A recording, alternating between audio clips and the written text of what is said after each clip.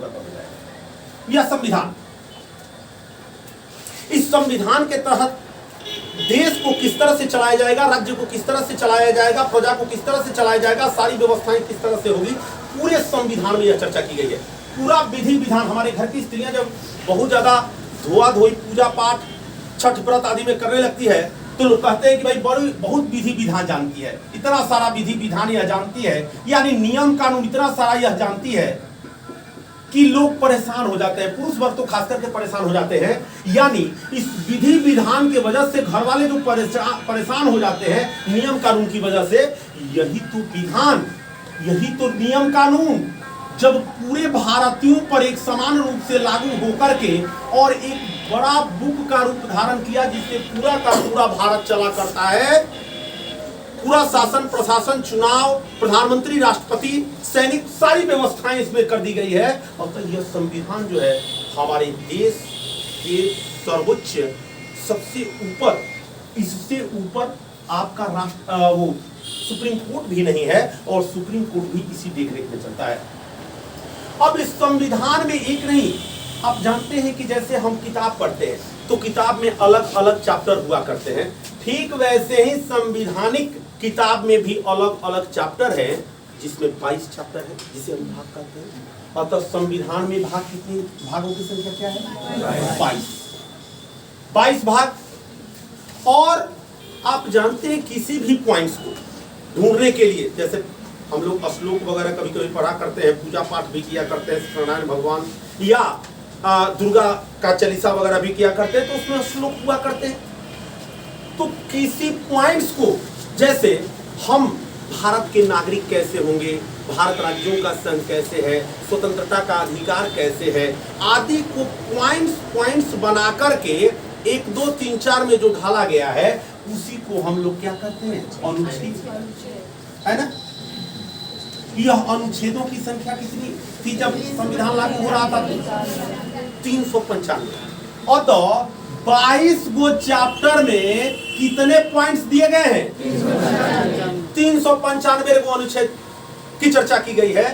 और इसमें भारत में किस तरह से चुनाव होंगे, भारत का वित्त आयोग क्या होगा, धन विधेयक, वित्त विधेयक और सारी व्यवस्थाएं इसमें टोटल कर दी गई। लेकिन इसके साथ आप जानते हैं कि इस संविधान के, ये तो सबसे बड़ी बुक हो गई जिसमें सारी चर्चाएं की गई हैं, लेकिन अब इसमें अलग अलग चर्चाएं आप लोग जानते हैं कि आईपीसी पहले सिविल एक्ट, संविधान,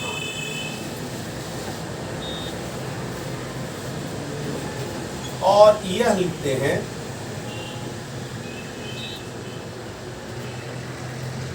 आईपीसी इंडियन पीनल कोड, और तीसरा हो जाता है सीआरपीसी, सीधे लिख देते हैं सीआरपीसी, क्रिमिनल प्रोसीजर कोड। और देखिए यह संविधान के अंदर में ही है, यह जो है ये सारे जितने भी ये सिविल कोड हो, इंडियन पेनल कोड हो या सीआरपीसी क्रिमिनल प्रोसीजर कोड हो, यह सबके सब किसके अंदर है? संविधान के अंदर है। यह संविधान के अंदर ही ये सिविल कोड हो, इंडियन पेनल कोड या सीआरपीसी। अब यह सिविल कोड में क्या होता है, आप लोग जानते हैं कि सिविल कोड में एक मुस्लिम लॉ है, हिंदू लॉ है, कॉन्ट्रैक्ट लॉ है, प्रॉपर्टी लॉ है। ये लॉ क्या है भाई? आप किसी का कोई बेटा है, कोई अगर उसका पिता मर जाता है तो किस तरह से उसका जमीन होगा, कौन जमीन किसके नाम से होगा, उसमें लड़कियों का हिस्सा होगा नहीं होगा, शादी के बाद अगर हिस्सा दिया जाए तो कितना दिया जाएगा, शादी के पहले अगर हिस्सा डिवाइडेशन करना होगा तो कितना करना पड़ेगा। यानी प्रॉपर्टी लॉ से लेकर के मुस्लिम law, Hindu law, contract law, ये सब किस में आता है? आपका सिविल में आता है। तो ये सिविल में आता है, माने इसमें किसी तरह का आपको बहुत बड़े क्राइम के लिए, आप चूंकि क्राइम नहीं करते हैं, इसमें किसी का जमीन ले लेते हैं, दखलिया लेते हैं, कब्जा कर लेते हैं, खेत बोते हैं, पैसा चुरा लेते हैं, पैसा ले लेते हैं, तो यह सारा कहां पर यह देखा जाएगा? इसमें सिविल कोड में देखा जाएगा। और इंडियन पेनल कोड में आईपीसी जिसे हम कहते हैं, आईपीसी, इसमें सबसे बड़ी चीज है, इसमें लगभग 511 धारा है। कितनी धारा है? यह कहता है, यह संविधान तो सबका संरक्षक है ही, लेकिन अगर आप कोई गलती करते हैं, मान लीजिए कि आपने मर्डर करने की कोशिश किया, मर्डर नहीं हुआ, तो कौन से धारा के तहत जाइएगा? 307 में।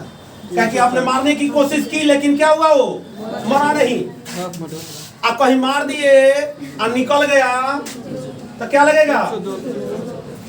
तो 511 में यह टोटल दिया गया है कि आपको पुलिस किस धारा के तहत अरेस्ट करेगी।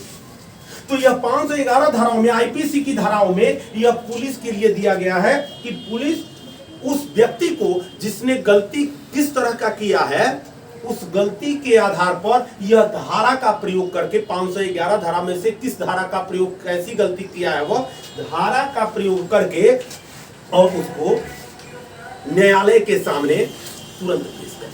और जैसे जज के सामने वह पेश होगा, जैसे जज के सामने पेश होगा, उसको लगेगा सीआरपीसी, क्रिमिनल प्रोसीजर कोड, है ना? या क्रिमिनल प्रोसीजर कोड उसको लगेगा। और यहां पर अब जज साहब इस गलती के लिए, उन्होंने जो गलत किया है, उस गलती के लिए इस सीआरपीसी के तहत अब सजा सुनाएंगे, है ना? यानी अगर कोई व्यक्ति गलत किया तो थाना पुलिस क्या करेगी? किस गलती के, आईपीसी के आधार पर अरेस्ट करेगी, इन्होंने इस धारा के तहत ये गलत काम किया है, और उसको लेकर के कहां भेज देगी? कोर्ट में। और वो आप कोर्ट उस क्रिमिनल प्रोसीजर, क्रिमिनल के लिए कौन कौन सी धाराएं हैं, कौन क्रिमिनल के लिए कितने दिन की सजा दी जाएगी, क्या किया जाएगा, कितना उसको जुर्माना लगाया जाएगा, यानी सारी व्यवस्थाएं किसके तहत की जाएगी? और तो एक सिविल हो गया, जो जमीनी अगर वाद विवाद आप कर देते हैं, केस कर देते हैं, तो कितना दिन चलेगा कोनो ठिकाना नहीं। हो सकता है कि लोग मर भी जाएं। मैं तो सुना हूं कि कोई वो पुस्त कभी कभी खत्म हो जाता है, या झंझट खत्म नहीं होता। उसका जमीन है कि इसका जमीन है, फैसला करते करते साबूत जुटाते जुटाते लोग मर जाते हैं, तब उसका बेटा लड़ना शुरू करता है। उसका बेटा मर जाता है तो फिर उसका बेटा लड़ना शुरू करता है। ये चलते रह जाता है जब तक कि उसको पूरी तरह से साबूत इकट्ठा नहीं हो, तब तक यह बड़ा लेंदी प्रोसेस होता है। अगर इसमें आपका कागज मजबूत है तो जीता कंफर्म है, अगर कागज कमजोर है तो आपका जीत संभव है। और इंडियन पेनल कोड में जो धाराएं आपकी 511 है, इस धाराओं में पुलिस वाले आपको किस धारा के तहत अरेस्ट कर रहे हैं, यह यहाँ पे चर्चाएं की जाती है। और क्रिमिनल प्रोसीजर एक्ट में सीधे सीधे न्यायालय आपको उस चीज के लिए कैसे सजा दे, उस क्रिमिनल के लिए क्या क्या सजाएं रखी गई है, संविधान में बताई गई है, उसके तहत अब सीआरपीसी के तहत आता है। लेकिन अब सबसे बड़ी चीज, इन सब चीजों को पूछता नहीं है, इन सब चीजों को एग्जाम में नहीं पूछता है, यह जानकारी तक ही ज्यादा सीमित होता है। हाँ, कुछ दरोगा वगैरह में या आईपीसी वगैरह कुछ पूछ देते हैं, धारा वगैरह पूछ दिया करता है, लेकिन अन्य एग्जामों में ये सब की चर्चा नहीं है। अन्य की चर्चा है आपके अनुच्छेद। अब हम अनुच्छेद की चर्चा और साथ में चर्चा करते हैं। मैंने कल बताया था कि भाई संविधान का एगो जो किताब है, इसमें जो 22 चैप्टर है, इसमें जो 22 आपके चैप्टर हैं, इस 22 चैप्टर में अनुच्छेदों की संख्या कितनी समाहित की गई है? इसमें 395। लेकिन सब भाग में बराबर बराबर अनुच्छेद नहीं है। तो आज हम करते हैं भाग 1 की चर्चा। भाग 1 है ना? भाग 1 में कोई गो अनुच्छेद, 395 में से कोई गो अनुच्छेद है? पहिलका अनुच्छेद से लेकर के चौथा अनुच्छेद भाग 1 में चर्चा है। और भाग 1 में 1 से 4 तक जो चर्चाएं हैं वह यही है। पहला, भारत राज्यों का संघ होगा। अगर आगे एग्जाम में पूछ दिया कि भाई किस अनुच्छेद में चर्चाएं की गई है कि भारत राज्यों का संघ होगा, अगर किसी राज्य को अपने देश में मिलाना हो, किसी क्षेत्र को अपने देश में मिलाना हो, नए देशों का, नए क्षेत्रों का, नए राज्यों का मिलाना हो, तो अनुच्छेद क्या होगा? हमारे अपने ही राज्यों को तोड़ना हो, जैसे झारखंड को, छत्तीसगढ़ को, उत्तराखंड को आदि को तोड़ने की बात हो गई, अनुच्छेद, और वह पहले की चर्चा थी अनुच्छेद 4 बेरुबारी आदि के क्षेत्र की चर्चा की गई है, जो जिसकी आज कोई महत्ता है ही नहीं।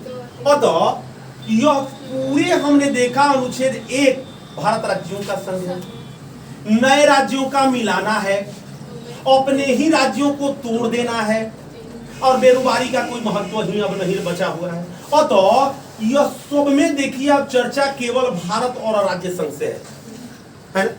अतः भाग 1 में चर्चाएं सीधे सीधे क्या की गई है, भारत और उसका। वैसे ही भाग 2 में चर्चाएं हैं नागरिकता, भाग 2 में चर्चाएं की गई है नागरिकता की, जो अनुच्छेद 5 से अब आप भारत के नागरिक कैसे रहिएगा, इसकी सारी चर्चाएं किसमें की गई है, भाग 2 में की गई है।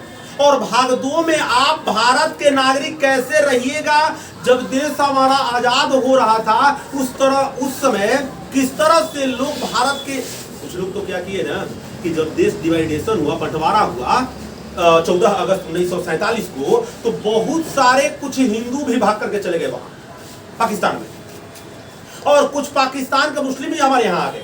जब बाद में देखे कि समस्याएं खड़ी हो रही है, तो फिर वहां से हिंदू पाकिस्तान वाला यहाँ चला आया, यहाँ का मुस्लिम वहां चला आया। मैंने कुछ दिन तक तो 26 जनवरी 1950 संविधान लागू होने तक तो कितना बार आए गए। हालांकि 19 जुलाई 1948 तक एक सीमा डेडलाइन रखी गई थी कि उसके पहले अगर कोई आता जाता है तब तो नियम कानून कोई विशेष नहीं था। लेकिन जब 19 जुलाई 1948 के बाद जो लोग आएंगे उनको रजिस्ट्रेशन कराना पड़ेगा भारत में कि अब हम भारत में ही रहेंगे, अब हम भारत से। बड़ा अदला बदली हुआ था, देश आजादी में बड़ी समस्या हो गई थी। जब हमारा देश आजादी ऐसी आजादी में पहुंच गया कि एक तरफ हम स्वतंत्र हो रहे थे और दूसरी तरफ हमारे हिंदू और मुस्लिम एक दूसरे पर टूट पड़े। कच्चे माल पाकिस्तान में रह गए और कल कारखाने भारत में रह गए। जितने भी लोगों का जमीन था भारत में, अब वह लोग हट करके पाकिस्तान जाने में, शिफ्ट करने में समस्या, पाकिस्तान के लोगों को, हिंदुओं को फिर भारत में शिफ्ट करने की समस्या, एक विचित्र सी समस्या बन गई थी जब देश आजाद हो रहा था। अतः यह देश की आजादी, यह 4-5 सालों तक देश के डिवाइडेशन की वजह से, बंटवारे की वजह से बड़ी ही अस्त व्यस्त प्रोग्राम रहा। लेकिन जब देश हमारा आजाद होने के साथ 26 जनवरी 1950 को पूरी तरह से गणतंत्र हो गया, यानी अपने राष्ट्राध्यक्ष के अंतर्गत हो गया। और गणतंत्र उसे कहा जाता है भी जो राष्ट्राध्यक्ष का चुनाव होता है, वंशानुगत जिसका नहीं होता है। यानी हमारे भारत के राष्ट्राध्यक्ष का चुनाव होता है, ब्रिटेन के राष्ट्राध्यक्ष का चुनाव वहां के तो हमेशा महारानी चलते रहते हैं, लेकिन हमारे यहाँ हर 5 साल पे राष्ट्राध्यक्ष का चुनाव होता है। और इसीलिए हमारा देश क्या है, गणतंत्र है। और इस तरह से 26 जनवरी 1950 को 26 जनवरी 1950 को हमारा देश गणतंत्र होता है। और यहीं से संविधान की एक लंबी प्रक्रिया शुरू हो जाती है। अब हम चलते हैं थोड़ा सा लिखते हुए, मेंशन करते हुए और फिर समझते हुए।